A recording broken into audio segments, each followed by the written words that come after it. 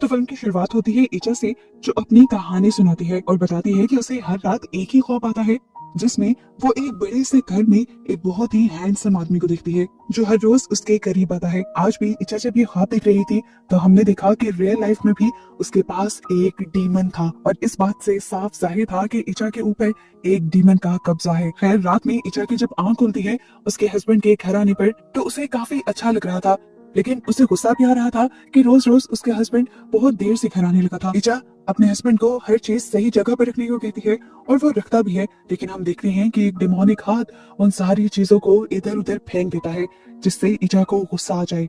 ऐसे में ईचा और उसके हस्बैंड के दरमियान में बहस हो जाती है और उसका हस्बैंड बगैर खाना खाए ही नाराज होकर यहाँ से चला जाता है। अगले दिन ईचा काम पे जाकर अपने फ्रेंड को अपनी ये टेंशन बताती है कि उसे लगता है कि उसका हस्बैंड बदल गया है। वो पहले की तरह उसे टेंशन नहीं देता, तो उसके दोस्तों से समझाती है कि वो भी उसे पहले की तरह ट्रीट नहीं करती, उसके साथ पहले की तरह मीठा नहीं बोलती और उसके लिए तैयार नहीं होती। वो इच्छा से कहती है कि अगर तुम चाहती हो कि तुम्हारा हस्बैंड तुम्हें अटेंशन दे तो तुम भी आज रात उसके लिए अच्छे से तैयार होना। यहाँ इच्छा का हस्बैंड एरियल भी इसी चीज को लेकर परेशान था कि इच्छा उससे खुश नहीं रहती।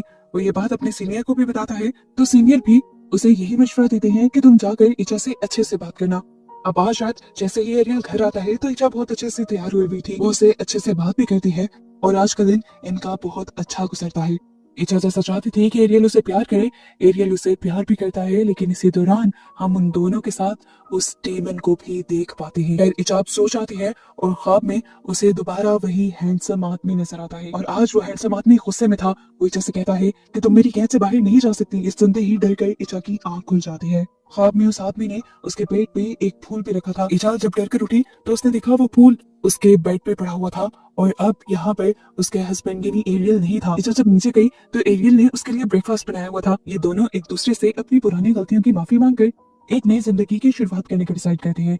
यहाँ इच्छा जब आज काम पे आई तो उसे स्टोर रूम में वही फ्लावर दिखा जो उसके बेड पे था। वो जब इसे उठाने लगी तो किसी और हाथ ने उस फ्लावर को पहले ही उठा लिया। डर कर उसने पीछे देखा कि ख्वाब वाला हैंडसम आदमी अब उसके सामने था, जो तेजी से उसकी तरफ बढ़ रहा था। इच्छा पता नहीं कि उससे डर रही थी, और जैसे ही इच्छा ने उसका रिफ्लेक्शन शीशे में देखा तो वो और भी ज्यादा डर गई, क्योंकि रिफ्लेक्शन में वो डीमन नजर आ रहा था, वो एक शैतान नजर आ रहा था। कि देखकर उसे वॉमिट हो जाती है, और जब वो वॉशरूम में जाती है तो पीछे पीछे उसे देखते हुए उसकी फ्रेंड भी आ जाती है। इच्छा उससे बात किए बगैर यहाँ से चली गई, और उसकी फ्रेंड उसकी वॉमिट को देखकर बहुत ज्यादा परेशान हो गई, क्योंकि उस वॉमिट में खून और बहुत सारे वॉर्म्स यानी कीड़े थे।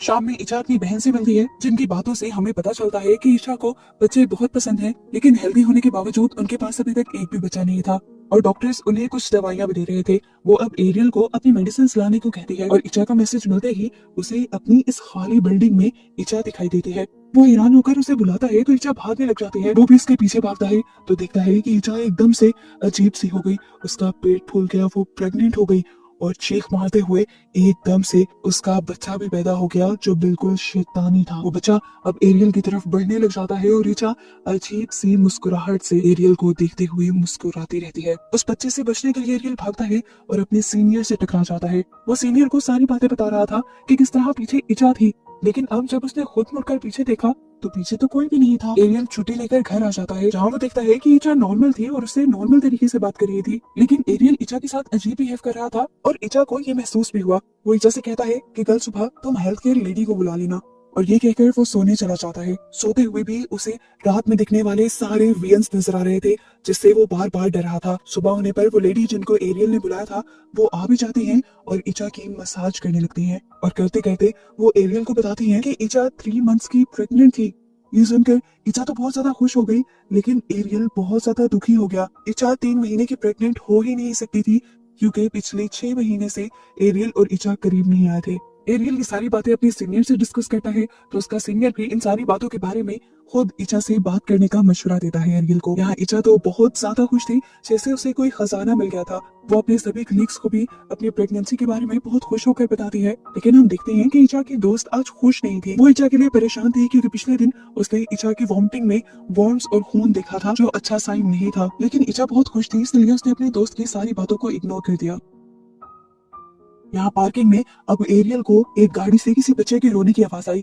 उसने जाकर लाइट लेकर जब उस गाड़ी में चेक किया तो उसे गाड़ी में एक शैतानी बच्चा नजर आया। ये देखकर वो डर के यहाँ से भाग जाता है, और उसके भागते ही पीछे हम देखते हैं कि डीमन ने उस बच्चे को हाथ में लिया हुआ था। घर जाकर एरियल इचा का फोन चेक करता है क्योंकि इचा पर उसे शक हो रहा था और उसके फोन में उसे एक लड़के की चैट भी दिख जाती है। जब वो इचा से इस बारे में पूछता है तो वो बताती है कि ये लड़का उसका बचपन का दोस्त था जो अपनी वाइफ से झगड़े के बाद बस उससे बात कर रहा था। उसके और इचा के दरमियान में ऐसा कुछ भी नहीं था। इचा को अब समझ आ रही थी कि एरियल उस पर क्यों शक कर रहा है, इसलिए वो गुस्से में एरियल से कहती है कि कल को हम लैब जाएंगे और टेस्ट करवाएंगे और मैं ये प्रूफ करूंगी कि ये बच्चा तुम्हारा ही है। इचा की बात मानते हुए सुबह को ये लोग हॉस्पिटल पहुंच जाते हैं जहाँ पर डॉक्टर जब इचा को चेक करती है तो पता चलता है कि इचा तो प्रेग्नेंट ही नहीं थी। तो ये सब जो हो रहा था वो क्या था?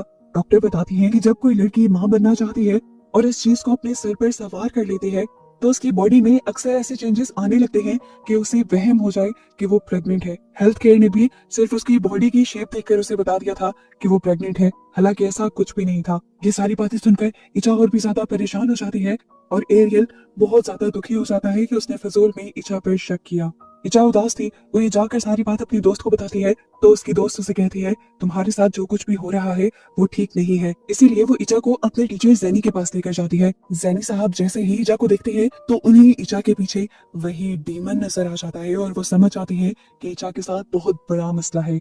अब वो इचा को और उसकी दोस्त को अंदर बुला लेते हैं और उन्हें ऐसे जिनों के बारे में बताने लगते हैं जिनका काम लोगों की मैरिड लाइफ को खराब करना होता है। यहाँ पर वो इचा से सवाल करते हैं कि तुम्हें कोई ख्वाब या वहम तो नहीं होते? इचा जब उन्हें अपने ख्वाबों के बारे में बताती है तो वो इचा को बताती है कि तुम्हारे पीछे एक ऐसे जिन का साया है जो लोगों का घर खराब करते हैं। इचा अब अपनी प्रेगनेंसी वाली बात भी जैनी साहब को बताती है तो जैनी साहब कहते हैं कि तुम प्रेग्नेंट नहीं हो इचा, और ये सुनकर वो और भी ज्यादा गुस्से में आ जाती है। इचा की हालत बहुत ज्यादा खराब थी, इसलिए उसकी दोस्त आज काफी देर तक उसके पास रुकती है जब तक कि वो सो नहीं जाती। उसके बाद वो अपने घर जाने के लिए निकलती है तो उसे रोड पे एक बिल्ली का बच्चा दिखाई देता है जिसे वो उठाकर ऊपर की तरफ रख देती है ताकि कोई उसे कुचल ना दे। पर अचानक उसे अजीब सा महसूस होता है। वो पीछे मुड़कर जब देखती है तो यहाँ पे वही जिन था जिससे इचा को बचाने के लिए वो इचा को जैनी साहब के पास लेकर गई थी। इसीलिए वो जिन बहुत ज्यादा गुस्से में आया हुआ था और वो इचा के दोस्त के ऊपर हमला करके उसे मार देता है। ये सब कुछ इचा अपने ख्वाब में भी देख पाती है और डर कर उठ जाती है। उसे बाहर से शोर भी सुनाई दे रहा था। डरते हुए जब वो बाहर गई तो उसकी दोस्त बिल्कुल वैसी ही मरी पड़ी थी जैसे उसने अपने ख्वाब में देखा था। अपनी दोस्त की मौत ने इचा को तोड़ दिया था। इचा को ये भी गिल्ट होने लगा था कि उसकी दोस्त की मौत उसकी वजह से हुई है। एरियल जब घर आता है तो इचा को बुरी तरह रोता हुआ पाता है। इचा जैसे ही सारी बात एरियल को बताती है तो एरियल को भी बहुत ज्यादा दुख होता है। अब रोते रोते ही एकदम से इचा का पेट इतना ज्यादा फूल जाता है जैसे वो प्रेग्नेंट हो गई हो। ये देखकर वो दोनों परेशान हो जाते हैं। खैर अगली सुबह इचा एरियल को अपने उन ख्वाबों के बारे में बताती है जो उसे रोज आया करते थे और जिनके बारे में जैनी साहब ने कहा था कि ये जिन के दिखाए जाने वाले ख्वाब हैं। अब एरियल को यही बेहतर लगता है कि वो इचा को लेकर जैनी साहब के पास जाए। जैनी साहब देख रहे थे कि इचा और एरियल कितनी मुसीबत में है, इसीलिए वो उनकी मदद करने को मान जाते हैं और यहाँ पर इचा का एक्सोर्सिज्म स्टार्ट होता है, यानी डीमन से छुटकारा पाने का उसका प्रोसेस शुरू कर दिया जाता है। लेकिन ये डीमन बहुत ज्यादा ताकतवर था। एक्सोर्सिज्म के दौरान ही वो इचा की बॉडी के अंदर आ जाता है और इन सब को भयानक आवाज में बताता है कि वो इस डीमन को इचा से दूर नहीं कर सकते क्योंकि एक दूसरे डायमेंशन में, एक दूसरी दुनिया में इचा ने इस डीमन से शादी की हुई थी। जिसके बाद वो डीमन इचा की बॉडी से निकल जाता है और इस टाइम इचा को बहुत ज्यादा दर्द होता है। जैनी साहब एरियल को बताते हैं कि ये जिन ऐसे ही कपल्स की लाइफ खराब करता है और इससे छुटकारा पाना बहुत ज्यादा जरूरी है। जिससे छुटकारा पाने के लिए ये उन्हें कुछ वर्स बताते हैं जो इन्हें रोज पढ़नी थी। ये लोग 14 दिन तक उस वर्स को पढ़ते रहते हैं और सच में इनकी लाइफ पहले से बहुत ज्यादा नॉर्मल हो जाती है और इन वर्ड्स के पढ़ने से उसे वो हाँ पाना भी बंद हो गए थे। लेकिन एक दिन एरियल इचा को बताता है कि उसे एक काम के सिलसिले में बाहर जाना पड़ेगा। हालांकि वो इचा को ऐसी हालत में छोड़कर जाना नहीं चाहता था, लेकिन दूसरे शहर जाने से उसे बहुत ज्यादा पैसे मिलने वाले थे जिससे उनकी फाइनेंशियल सारी प्रॉब्लम सॉल्व हो जाती। इचा एरियल से कहती है तुम्हें जाना चाहिए, मैं अपना ख्याल खुद रख लूंगी। अपने हस्बैंड के जाने के बाद रात में इचा वही वर्ड्स पढ़कर सो जाती है। लेकिन आज हम उसके घर को अजीब देखते हैं, यानी वो जिन वापिस आ चुका था और एरियल के इचा से दूर जाने का वो फायदा उठाने वाला था। इचा सुबह जब काम पे गई तो उसके सभी एम्प्लॉयज की आंखें तब्दील हो गईं। वो डरावने अंदाज में इचा की तरफ बढ़ने लगी और सभी अजीब आवाजों में ये कहने लगी कि इचा तुम मुझे छोड़कर नहीं जा सकती। इन सारी चीजों से इचा बहुत ज्यादा डर जाती है और रात में अपनी बहन को घर बुला लेती है। ये सारी बातें इचा ने अब एरियल को भी कॉल पे बता दी थी कि उसके साथ ये सब हुआ था।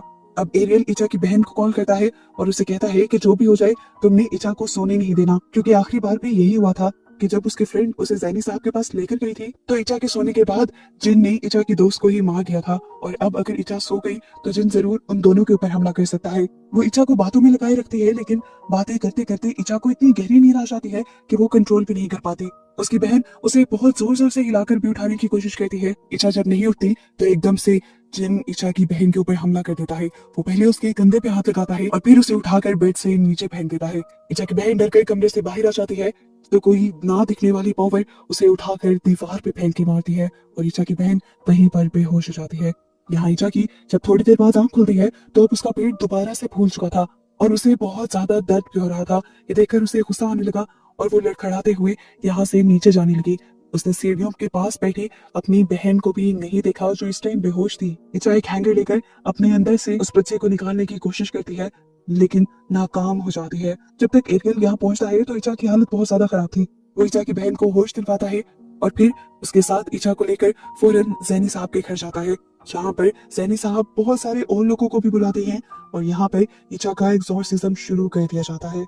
यहाँ पे बहुत सारे लोग प्रेयर्स पढ़ रहे थे और इधर इचा के ख्वाब के अंदर हम दूसरी दुनिया देख रहे थे, जिन्नों की दुनिया। उस जिन की दुनिया में भी इन सब लोगों की पढ़ी हुई प्रेयर्स उसे सुनाई दे रही थी और वो प्रेयर्स के साथ जाना चाहती थी, उस दुनिया से निकलना चाहती थी। लेकिन यहाँ पर वो जिन आकर उससे कहता है कि तुम मेरी दुनिया से नहीं जा सकती। इचा उससे डर कर इधर उधर भागने लग जाती है और उसके भागने से उस जिन को गुस्सा आ जाता है और वो एकदम से इचा के पास आकर उसे पीछे से जकड़ लेता है। जैसे ही वो जिनों की दुनिया में उसे जकड़ता है तो यहाँ असली दुनिया में इचा पूरी तरह पोसेस होकर बेड से ही उठ जाती है और उसका बेड भी हवा में उठ जाता है। उसकी आंखें भी शैतानी हो गई थी और वो जिनों की तरह ही हंस रही थी। ये लोग अब अपनी प्रेयर्स को और भी ज्यादा जोर जोर से पढ़ने लग गए थे, जिससे उस जिन को भी बहुत ज्यादा दर्द हो रहा था। वो जिन आकर जैनी साहब को भी डराने की कोशिश करता है, लेकिन जैनी साहब डरते नहीं। ऐसे में उस जिन को भी अब तकलीफ होने लग जाती है और वो अपना कंट्रोल इचा के ऊपर कम कर देता है। इचा का बेड और इचा जैसे ही जमीन पे आते हैं तो एरियल उसके कानों में वही वर्स पढ़ना शुरू कर देता है और इस तरह इचा अपने ख्वाब में देखती है कि एरियल उससे कह रहा है कि मुझे तुम्हारी जरूरत है, तुम मेरी दुनिया में वापस आ जाओ। और इधर जिनों की दुनिया में इचा अपना पूरा जोर लगा देती है उस जिन से अपनी जान छुड़ाने के लिए। जिनों की दुनिया में उसे इन सब लोगों की पढ़ी हुई प्रेयर्स अभी भी सुनाई दे रही थी, जिन्हें वो जिन की दुनिया में जब खुद भी पढ़ने लग जाती है तो उस जिन की दुनिया तबाह होने लग जाती है। और यहाँ असली दुनिया में हम देखते हैं कि इचा का पोजीशन टूट जाता है और फाइनली जैनी साहब का एग्जॉर्सिज्म काम कर जाता है और इचा उस जिन से आजाद हो जाती है। इचा अब उस जिन की कैद से पूरी तरह आजाद थी। एरियल और उसकी बहन ये देखकर बहुत ज्यादा खुश हुए थे। कहानी के एंड पर हमें 6 साल बाद का वक्त दिखाया जाता है, जहां अब इचा के 2 बच्चे भी हो चुके थे और इनकी जिंदगी अब नॉर्मल थी। हम देखते हैं कि इचा के बच्चे जब बाहर खेल रहे थे तो इचा की बहन उन बच्चों को बाहर से लेने के लिए जाती है और हम घर के बाहर उसी शैतान को देखते हैं जो इस टाइम इंसानी शक्ल में था और इचा की बहन को वो काफी अजीब लग रहा था। ये बताया जा रहा है कि वो जिन अब इचा के ऊपर पूरी तरह से तो कब्जा नहीं कर पा रहा, लेकिन उससे ज्यादा दूर नहीं गया। मूवी के एंड पर हमें वो असली लड़की भी दिखा दी जाती है जिसके ऊपर ये मूवी बनाई गई थी कि ये मूवी एक सच्ची कहानी है और उस लड़की का ही इंटरव्यू दिखाते हुए ये मूवी यहाँ खत्म हो जाती है।